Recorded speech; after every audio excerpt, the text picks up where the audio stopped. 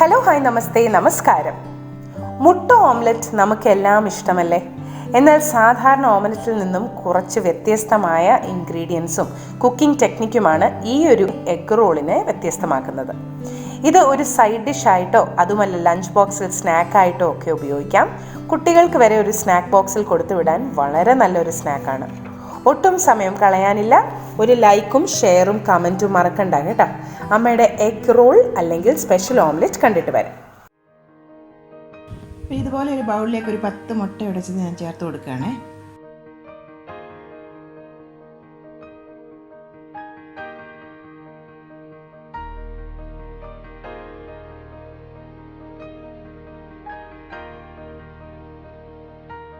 അതിലോട്ട് ആവശ്യത്തിനുള്ള ഉപ്പ് ചേർത്ത് കൊടുക്കാം. ഒരു 1/2 ടീസ്പൂൺ മതിയാകും.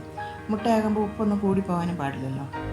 ഒരു 1/4 ടീസ്പൂൺ കുരുമുളക് പൊടി അതുകൂടി ചേർത്ത് കൊടുക്കാം. ഒരു സ്പൂണോ ഫോർക്കോ കൊണ്ട് നന്നായിട്ടങ്ങ് മിക്സാക്കി എടുക്കാം.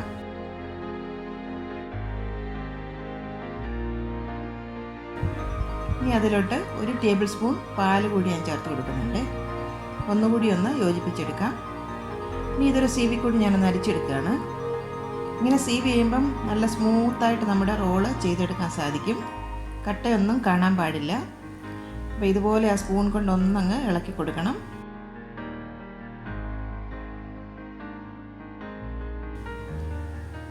ഇപ്പം മുഴുവൻ മുട്ടയും ഞാൻ ഇതുപോലെ ഒട്ടും കട്ടയില്ലാതെ സീവ് ചെയ്തെടുത്തിട്ടുണ്ട്.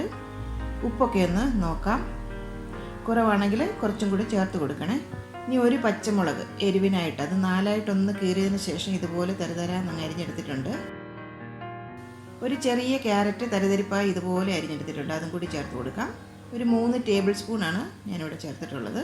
സ്പ്രിംഗ് ഒണിയൻ അല്ലെങ്കിൽ ഉള്ളിയില അതും ഇതുപോലെ ചെറുതായിട്ട് ചോപ്പ് ചെയ്തെടുത്തിട്ടുണ്ട്. അതും ഒരു 3 ടേബിൾ സ്പൂൺ നമുക്കിവിടെ ചേർത്ത് കൊടുക്കാം. നന്നായിട്ടൊക്കെ മിക്സാക്കി എടുക്കാം.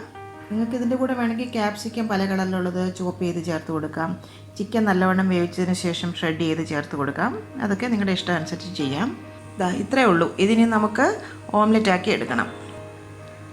അപ്പോൾ ഇതുപോലെ ഒരു നോൺ സ്റ്റിക്കിൻ്റെ ഒരു പാനാണ് ഞാൻ സ്റ്റൗ വെച്ചിരിക്കുന്നത്. ഇതുപോലെ കുറച്ച് വിസ്താരമുള്ളൊരു പാനാണെങ്കിൽ അതായിരിക്കും എപ്പോഴും നമ്മുടെ റോള് തയ്യാറാക്കി എടുക്കാൻ കുറച്ചും കൂടി നല്ലത്. അതായത് കൂടുതൽ നീളത്തിൽ നമുക്കിത് റോൾ ചെയ്ത് എടുക്കാൻ സാധിക്കും. പാനിലേക്ക് അല്പം ഓയിലൊന്ന് ഗ്രീസ് ചെയ്ത് കൊടുക്കാം.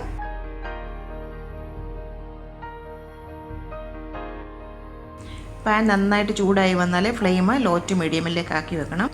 ആ മുട്ടയുടെ ബാറ്റർ നന്നായിട്ട് അങ്ങ് ഇളക്കിയതിന് ശേഷം ഇതുപോലെ പാനിലേക്ക് അങ്ങ് ഒഴിച്ചു കൊടുക്കാം. ഫുള്ളായിട്ട് തന്നെ സ്പ്രെഡാക്കി കൊടുക്കണം. ഇനി അത് നന്നായിട്ടൊന്ന് കുക്കായി വരട്ടെ. ഫ്ലെയിം എപ്പോഴും ലോ ടു മീഡിയമിൽ തന്നെ വെക്കണം. അല്ലെങ്കിൽ നമ്മുടെ ഓംലെറ്റ് അടിഭാഗം കരിഞ്ഞിട്ട് റോളൊന്നും കാണാനേ ഒട്ടും ഭംഗിയുണ്ടാവില്ല. അപ്പോൾ അതൊക്കെ ഇതൊന്ന് റോൾ ചെയ്തെടുക്കാം. വളരെ ശ്രദ്ധിച്ച് തന്നെ വേണം ഇത് റോൾ ചെയ്തെടുക്കാനായിട്ട്. ഇതുപോലെ ഒരു 2 സ്പാറ്റില ഉപയോഗിച്ചിട്ട് തന്നെ വേണം ചെയ്യാൻ. എങ്കിലേ നമുക്ക് കറക്റ്റായിട്ട് അത് റോൾ ചെയ്തെടുക്കാൻ പറ്റുള്ളൂ.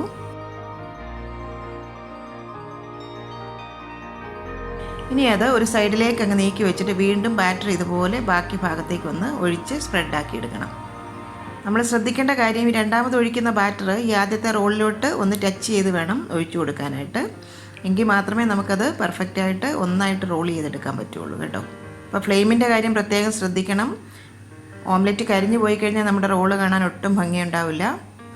ഇനി ഇപ്പം നമ്മൾ ഈ റോൾ ചെയ്ത ഭാഗം ഒന്നും കൂടി റോൾ ചെയ്ത് ബാക്കി ഭാഗത്തേക്കും കൂടി ചേർത്ത് ഒന്ന് റോൾ ചെയ്തെടുക്കണം. കണ്ടില്ലേ ഇതുപോലെ. ഇനി ഇത് ഒരു സൈഡിലേക്ക് നീക്കി വെച്ചതിന് ശേഷം വീണ്ടും ബാക്കി ഭാഗത്തേക്ക് കുറച്ച് ബാറ്ററും കൂടി ഒഴിച്ചൊന്ന് സ്പ്രെഡാക്കി കൊടുക്കണം. ഇതിപ്പോൾ ശരിക്കും സാധാരണ ഓംലെറ്റ് പോലെ ഉള്ളൂ. പക്ഷേ ഇതാ നമ്മൾ റോൾ ചെയ്തെടുക്കുന്നതിനുള്ള ഒരു കുക്കിംഗ് ടെക്നിക്കാണ് ഇതിനകത്ത് വ്യത്യാസമായിട്ടുള്ളത്. അങ്ങനെ നമ്മുടെ ഫുള്ളായിട്ടുള്ള ബാറ്റർ തീരുന്നിടം വരെ ഇതുപോലെ തന്നെ ബാറ്റർ ഒഴിച്ചു കൊടുത്ത ശേഷം റോൾ ചെയ്ത് എടുക്കണം. അങ്ങനെ ഒരു ഒറ്റ റോളാക്കി നമുക്ക് ഈ ഒരു ഓംലെറ്റ് തയ്യാറാക്കി എടുക്കാൻ പറ്റും.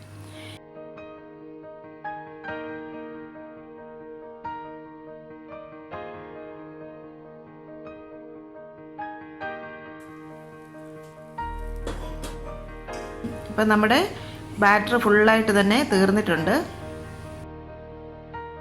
ഇപ്പോൾ ഇതുപോലെ സാമാന്യം വലിയൊരു റോള് തന്നെ നമ്മൾ തയ്യാറാക്കി എടുത്തിട്ടുണ്ട്. ഇനി നമ്മുടെ ആ സ്പാറ്റില കൊണ്ട് ഇതിൻ്റെ 4 വശം നന്നായിട്ടൊന്ന് പ്രസ് ചെയ്ത് കൊടുക്കണം.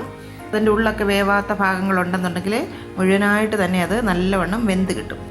കണ്ടല്ലേ ഇതുപോലെ പ്രസ് ചെയ്ത് കൊടുക്കണം. അപ്പോൾ പാകമൊക്കെ നന്നായിട്ട് കുക്കായി കിട്ടുകയും ചെയ്യും. ഒരു 1-2 മിനിറ്റ് കൂടി ഇതുപോലെ തന്നെ പാനിൽ വെച്ച് ഒന്നങ്ങ് വേവിച്ചെടുക്കണം. റോളൊന്ന് തിരിച്ചു മറിച്ചൊക്കെ ഒന്ന് ഇട്ട് കൊടുക്കാം. അപ്പോൾ എല്ലാ ഭാഗവും വെന്ത് കിട്ടും. ഇത്രയേ ഉള്ളൂ. ഇനി നമുക്ക് കട്ട് ചെയ്തത് എടുക്കണം. ആദ്യം തന്നെ 2 സൈഡ് ഇതുപോലെ ഒന്ന് കട്ട് ചെയ്തൊന്ന് ഷേപ്പാക്കി എടുക്കാം. ഇനി ഏകദേശം ഒരു 1 ഇഞ്ച് തിക്നെസ്സിൽ ഇതുപോലെ കട്ട് ചെയ്ത് നമുക്ക് എടുക്കാം.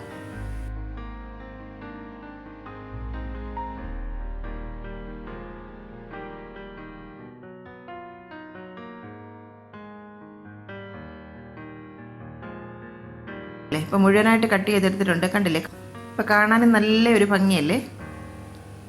അതിനകത്ത് ആ ക്യാരറ്റും പച്ചമുളകും, ഞാൻ പറഞ്ഞില്ല ക്യാപ്സിക്കം പല കളർ വേണമെങ്കിൽ നിങ്ങൾക്ക് ഉപയോഗിക്കാം. അപ്പോൾ നല്ല കളർഫുള്ളായിട്ടൊരു എഗ് റോളാണിത്. ഇത് കുട്ടികൾക്ക് ടിഫിൻ ബോക്സ് സ്കൂളിൽ കൊടുത്തു വിടാൻ നല്ലൊരു സ്നാക്ക് തന്നെയായിരിക്കും. നല്ല ഹെൽത്തിയുമാണ്. അവർക്കിത് ഇഷ്ടപ്പെടുകയും ചെയ്യും. ഇതിൻ്റെ ഒരു ടേസ്റ്റും കാണാനും നല്ല ഭംഗിയല്ലേ? ഇനി അതല്ല, വീട്ടിൽ നമുക്ക് ബ്രേക്ക്ഫാസ്റ്റിന് കഴിക്കാനും പറ്റിയ ഒരു റോളാണിത് കേട്ടോ.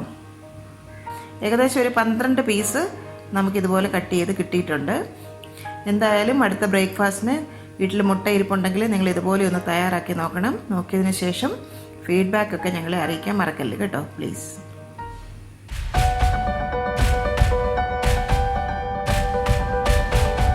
കറി വിത്ത് അമ്മയിലെ അമ്മയുടെ ഇന്നത്തെ റെസിപ്പി നിങ്ങൾക്ക് ഇഷ്ടമായെന്ന് ഞങ്ങൾ പ്രതീക്ഷിക്കുന്നു. നിങ്ങളിൽ ഒരുപാട് പേര് ഈ റെസിപ്പീസ് എല്ലാം ട്രൈ ചെയ്ത് നോക്കി സക്സസ് ആയി എന്നറിയുന്നതിൽ ഞങ്ങൾക്ക് വളരെയധികം സന്തോഷം. നിങ്ങൾ ആഗ്രഹിക്കുന്ന ഏതെങ്കിലും റെസിപ്പി അമ്മ വഴി കാണാൻ നിങ്ങൾക്ക് താല്പര്യമുണ്ടെങ്കിൽ ഞങ്ങളെ തീർച്ചയായും ഫീഡ്ബാക്സ് വഴി അറിയിക്കണം. ഞങ്ങൾ അത് ഞങ്ങളുടെ റെസിപ്പീസിൽ ഇൻക്ലൂഡ് ചെയ്യുന്നതായിരിക്കും.